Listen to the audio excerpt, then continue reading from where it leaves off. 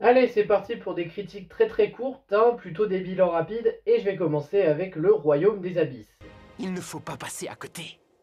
Le Royaume des Abysses. Le Royaume des Abysses, donc, c'est un long métrage chinois, et j'avoue que ça m'a impressionné pour ce que c'est. N'ayant pas vu beaucoup de films chinois au cinéma, même d'animation, je vois que l'animation chinoise essaie vraiment de repousser des limites. Quand je vois ce long métrage, on a des superbes décors, un univers vraiment créatif, avec le Poculus, avec le... Comment il s'appelle déjà le truc rouge qui les poursuit? Le fantôme rouge, voilà. Avec le fantôme rouge qui poursuit nos deux personnages, Shang Xiu et Nani. Enfin, ils s'appellent comme ça, mais je sais pas si ça se prononce comme ça, je crois pas, mais je saurais pas le redire en VF, je suis désolé, ça fait trop longtemps. Et je dois vous avouer que c'est pas un gros coup de cœur, mais j'ai vraiment bien aimé. Étant très surpris à la fois par l'animation, comme je l'ai dit, mais aussi par rapport au développement de la protagoniste. Shang Xiu, c'est une fille déprimante, ou plutôt déprimée. Shang Xiu est une gamine déprimée. Elle veut voir sa mère, elle veut lui parler, la sentir, passer du temps avec elle, parce qu'elle l'admire toujours, mais la vérité c'est que sa mère ne semble plus vouloir la voir. Bon, peut-être un petit trou scénaristique à recoller, mais en vrai il y a du développement intéressant par rapport à tout ça, y compris sur ce qui s'est passé entre ses parents et le pourquoi elle n'arrive plus à la voir. Alors qu'elle a envie de la voir, Shen Xiu,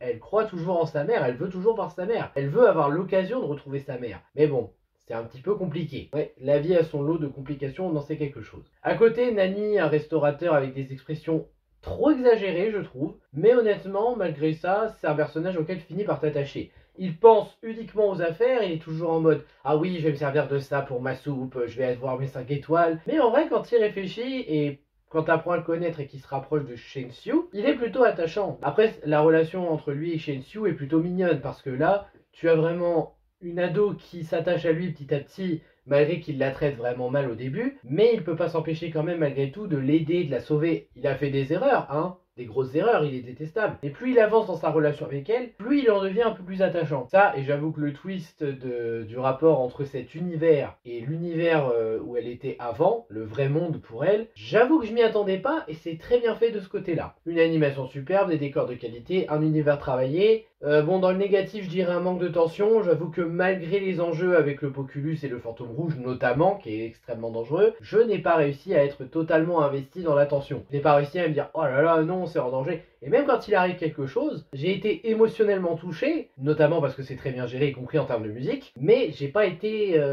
impacté en termes de tension. Je me suis pas dit oh non, elle va peut-être mourir et tout. Et pourtant, c'est pas mal géré. Mais je crois que j'ai de plus en plus de mal à croire à la tension des films. En tout cas, Le Royaume des Abysses, pour un bilan global, c'est bien. C'est dommage qu'il y ait très peu de séances, hein, parce que moi, il y avait une seule séance pour le voir le week-end où je l'ai vu. Mais honnêtement, c'est bien et ça valait le coup. Et c'est bien, ça veut pas dire que c'était parfait, attention. Bon, passons au Royaume de Kensuke.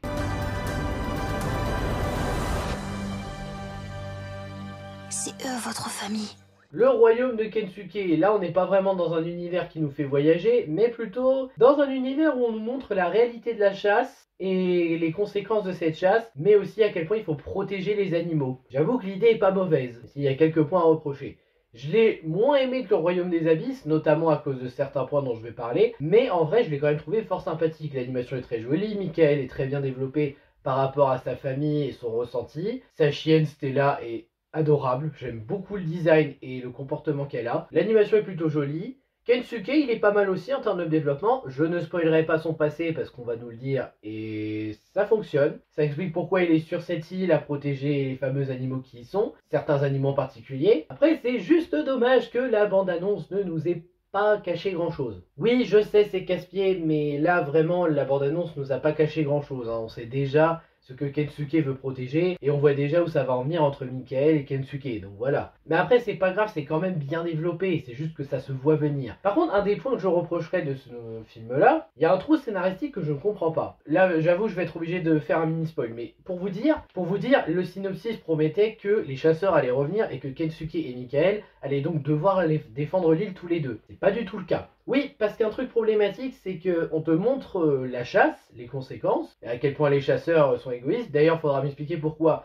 quand ils tuent un animal rare qui pourrait leur apporter je sais pas combien, ils laissent le corps, alors que bon, ils emmènent plein d'animaux vivants. Alors oui, peut-être qu'ils cherchaient plus des animaux vivants que morts. Mais bon, ils auraient pu emmener le corps, hein. Franchement, ils auraient pu en tirer un certain prix, je pense. Je suis pas chasseur et je ne le serai jamais, soyez-en sûrs, je dis ça juste comme ça en termes d'idée, si je me mettais à la place du chasseur. Mais sinon, en dehors de ça, le film s'en sort très très bien, l'animation est jolie. L'émotion, j'avoue, c'est moins impactant, mais honnêtement, c'est assez joli quand même, c'est assez bien fait. On rentre pas dans les clichés de oh là là, il y a une chance qu'il arrive ça, donc je vais lui mentir. Ça, on rentre pas là-dedans et ça, c'est sympa. La relation qui se développe entre Michael et Kensuke est bien faite. On est vraiment dedans. Après, si je devais vraiment dire quelque chose en malus, c'est trop court. Le film fait 1h25 et vraiment, c'est trop court et il manque une séquence où ils défendent l'île contre les chasseurs. Quitte à ce que les chasseurs reviennent un jour, mais on aurait dû avoir au moins une séquence comme ça. Moi, je suis désolé, je suis en manque. Et quand j'ai vu le film se terminer, je me suis dit, mais non, c'est pas déjà fini, c'est pas possible. Donc en vrai, ce qui est le plus reprochable ici, c'est la durée du film qui est trop courte. Ah, et la sœur de Michael, bon, c'est pas un gros défaut, mais je l'ai pas trouvé très utile à l'histoire, on aurait pu s'en passer. Mais en dehors de ça, le film est sympathique, bien animé, bien développé, et plus adapté aux enfants aussi. Oui, parce que je l'ai pas dit, mais Le Royaume des Abysses, c'était pas vraiment un film adapté aux enfants, ou alors, c'était pas un film qui parlait avant tout aux enfants.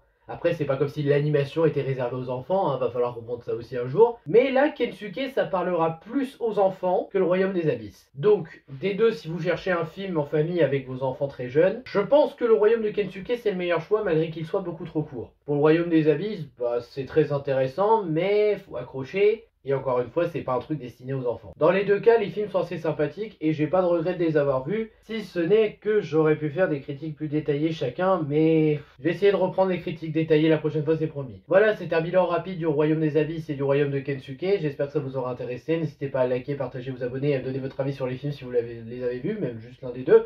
Et je vous dis à bientôt pour de prochaines vidéos. Ciao!